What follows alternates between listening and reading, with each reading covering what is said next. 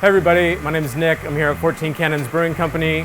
We're getting ready to make a hard tea today, and I'm going to show you the process that we do to infuse the beverage infusions for Amoretti. This is our 1-barrel hopback that you're in a brewery, you know you have vessels or different mixing vessels that you have a lot of different uses with. So today we're going to use our hopback as a mixing brink. Works really well. This is 1 barrel in size. So right now we have our sanding cycle going on this. We're gonna stop the sanding cycle, time's up, then we're gonna purge it with CO2 just like we would with beer. After we're purged, we'll introduce our beverage infusion. Yeah, we have a 5% really neutral, clean seltzer base, and we're gonna fill that up into this hopback, and then we'll recirculate and we'll have a great product really quickly. We'll transfer under pressure. It takes a few minutes to fill this up, and then we just do a quick 10-minute recirculate, and we found that that gets the product dissolved really, really well. We haven't had any issues with any settlage with only a 10-minute recirculation. We love using this hopback as a brink to really experiment with the different usage levels for the different flavors. Today we're going to be doing 10 pounds or 1 gallon into our 1-barrel hopback, and I think it's a really, really great usage rate to really have a flavor-forward product. We get the Amoretti samples that you all get quite often, and we'll just use our seltzer base. We'll actually pipette it out into really small amounts. So we'll do 1-ounce samples and 4-ounce samples to figure out how we want to scale up. So far we've done the passion fruit iced tea, which has been a crowd favorite. We made a peach iced tea, which I really loved, and currently we have the tropical beverage infusion on tap, and it is by far the most popular one we've done. When we tried using the aseptic purees, it just took too much product. It didn't work for this scale. It was also really messy. We've all used those awkward 40-some pound boxes that don't pour really well, and so we weren't able to do that on this small scale. This is our R&D process right now, and we just aren't able to do that with the purees. I think sales speak for themselves, and our customers really prefer the flavor we get from this one. So we have a clean and sanitized brink here, the vessel we're going to use today. Right now, after we've pushed out all the sanitizer with CO2, we're just purging the brink from the bottom. We're going to purge it of all oxygen in here. This takes a couple times to blow it down. We build up the pressure and blow it down several times until we're happy that there's no oxygen left in here. We try and treat this product the same way we would beer, so we're constantly worried about dissolved oxygen and just really brewery best practices.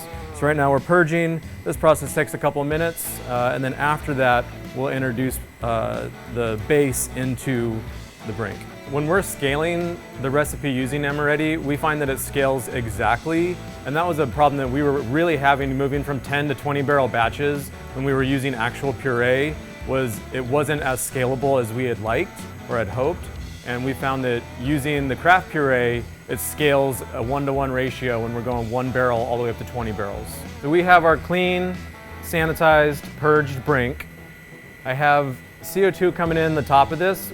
We want to keep a positive pressure on the vessel as we're pouring in. So rather than just letting all the pressure out and pouring in the product, we keep CO2 coming in the top to keep a nice blanket in there.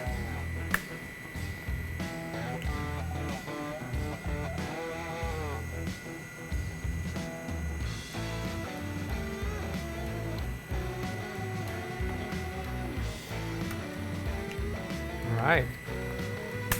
So we've dosed our brink.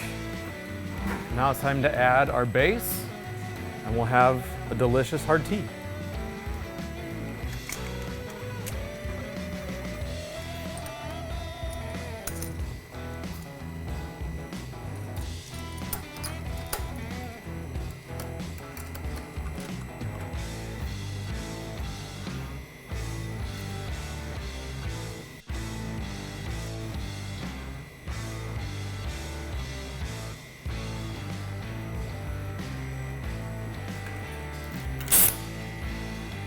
Yeah, so it's our 10-barrel tank. We did a nice base, and so this allows us to we've been putting a new flavor on tap every single week, doing it 1 barrel at a time.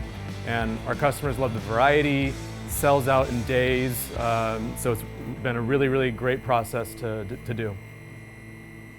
Okay. We have this line under pressure. Our brink is sanitized, under pressure, and it has the beverage infusion inside the brink already. We're just going to slowly introduce product, and we'll fill up our 1-barrel brink with the base. Nice and slow open, there she is. Now we're going to fill up the brink. So you'll see it mixed right here right away. This is going to take a couple minutes, so there's no rush.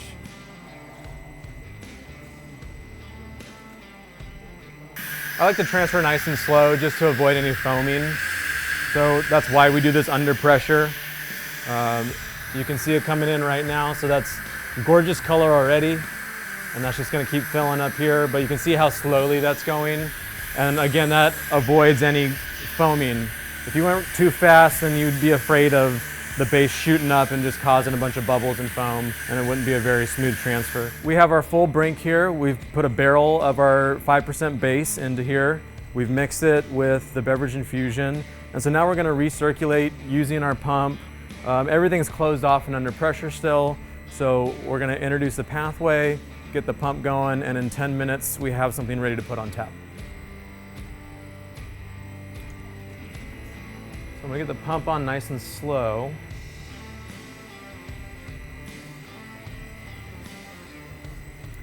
And we should see a nice mix almost immediately. And then the thing that we love the most is just instant color. The color looks so nice. So yeah, there's that awesome color. Really excited for that.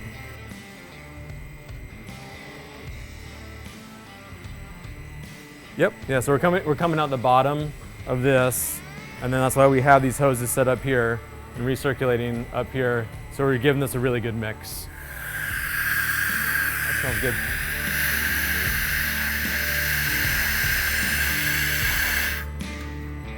Okay, I'm gonna close the tank.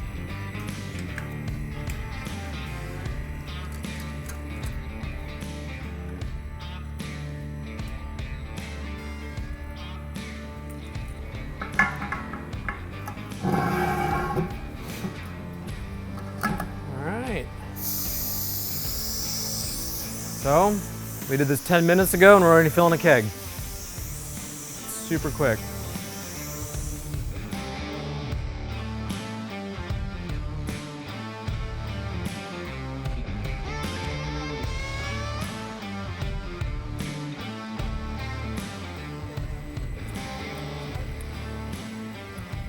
Yeah, it's refreshing. Super refreshing. You have no idea there's alcohol in it.